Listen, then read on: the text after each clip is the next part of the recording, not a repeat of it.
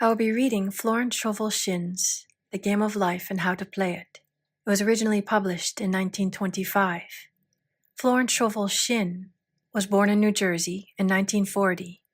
She was an American artist and book illustrator and also a mystical spiritual teacher. And though I planned to read excerpts of this book, I probably ended up reading 99% of it. And without further ado, excerpts from The Game of Life and How to Play It. Chapters 1 through 10. Chapter 1. The Game. Most people consider life a battle, but it is not a battle, it is a game.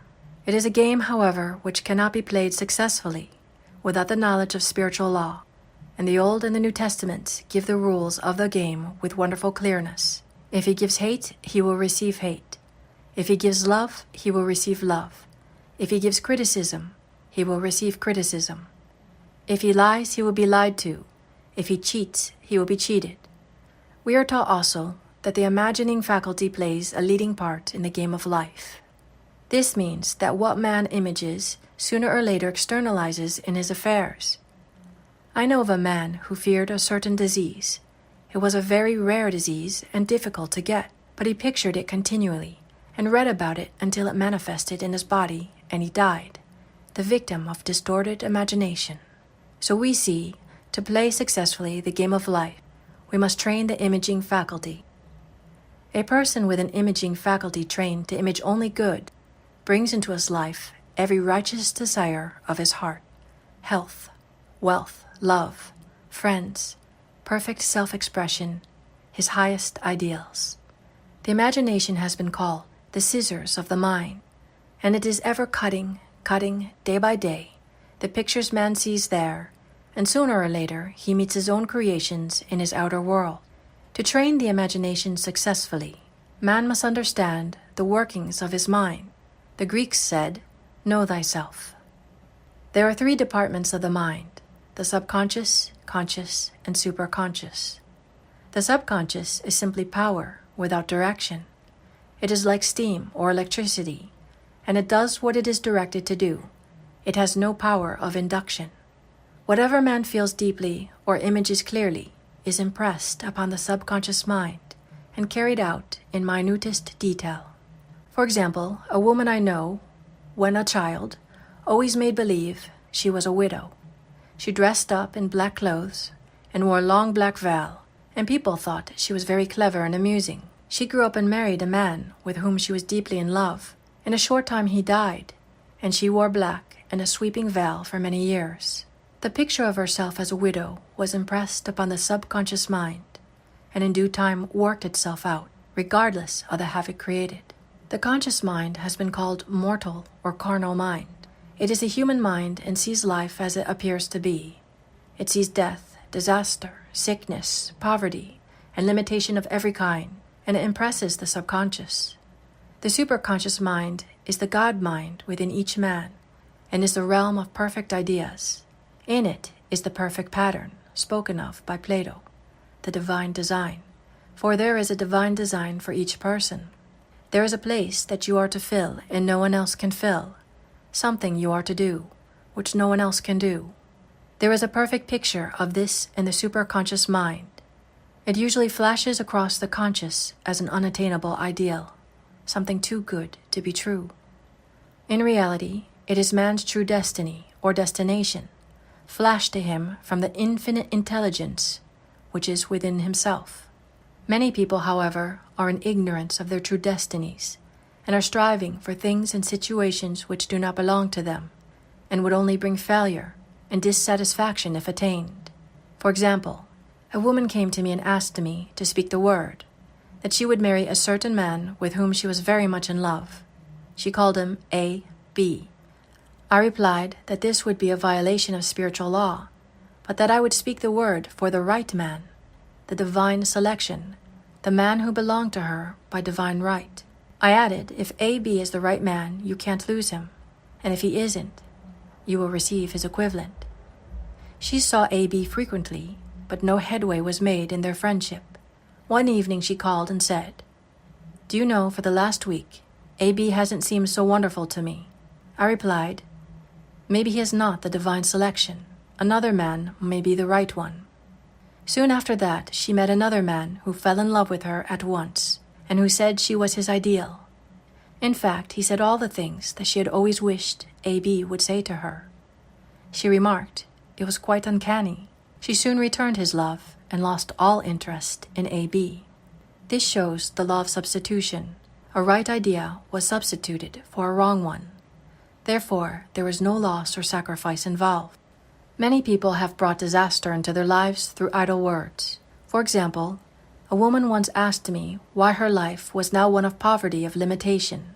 Formerly, she had a home, was surrounded by beautiful things, and had often tired of the management of her home, and had said repeatedly, "I'm sick and tired of things. I wish I lived in a trunk." And she added, "Today I am living in that trunk." She had spoken herself into a trunk. The subconscious mind has no sense of humor, and people often joke themselves into unhappy experiences. For example, a woman who had a great deal of money joked continually about getting ready for the poorhouse. In a few years, she was almost destitute, having impressed the subconscious mind with a picture of lack and limitation.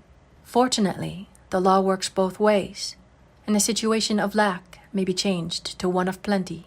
For example, a woman came to me one hot summer's day for a treatment for prosperity. She was worn out, dejected, and discouraged. She said she possessed just $8 in the world. I said, "Good, we'll bless the $8 and multiply them, as Jesus Christ multiplied the loaves and fishes, for he taught that every man has the power to bless and to multiply, to heal and to prosper." She said, "What shall I do next?" I replied, "Follow intuition.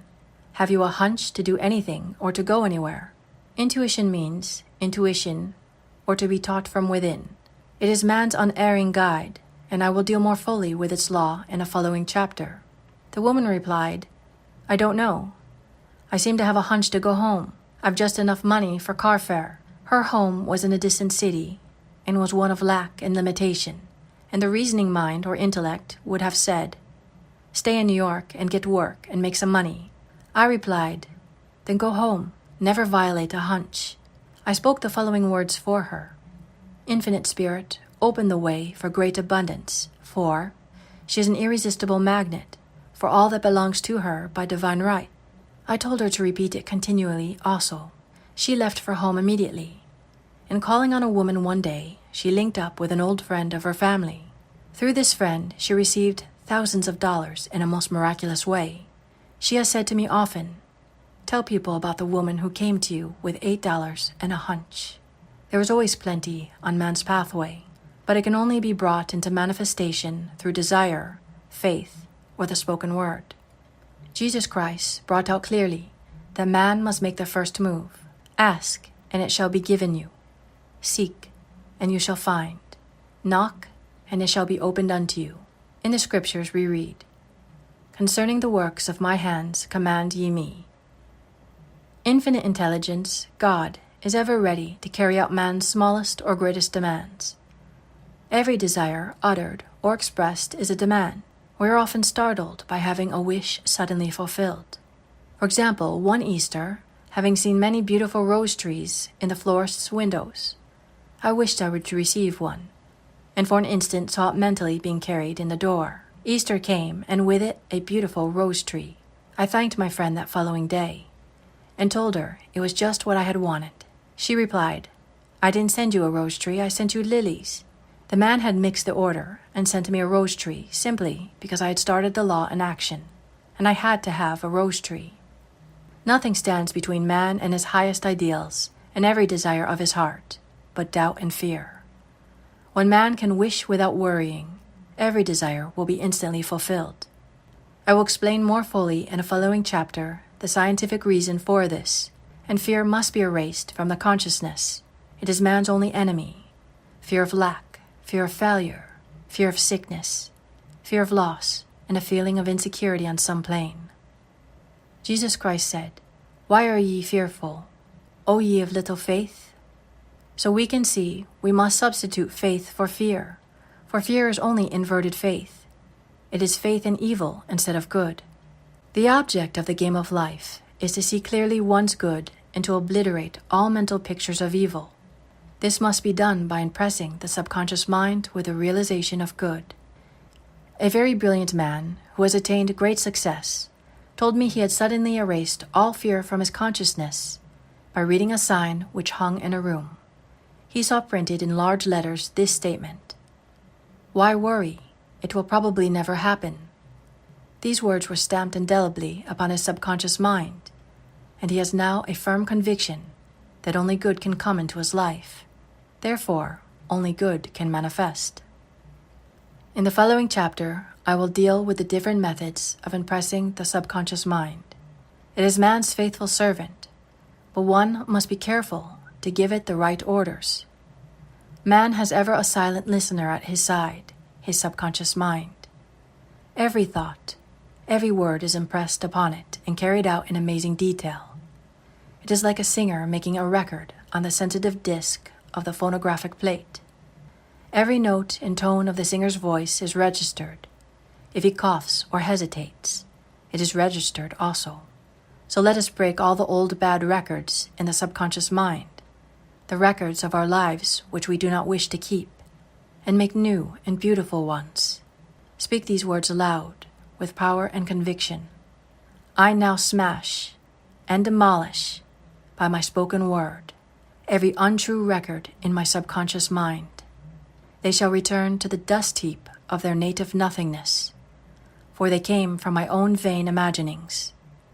I now make my perfect records through the Christ within, the records of health, wealth, love, and perfect self-expression.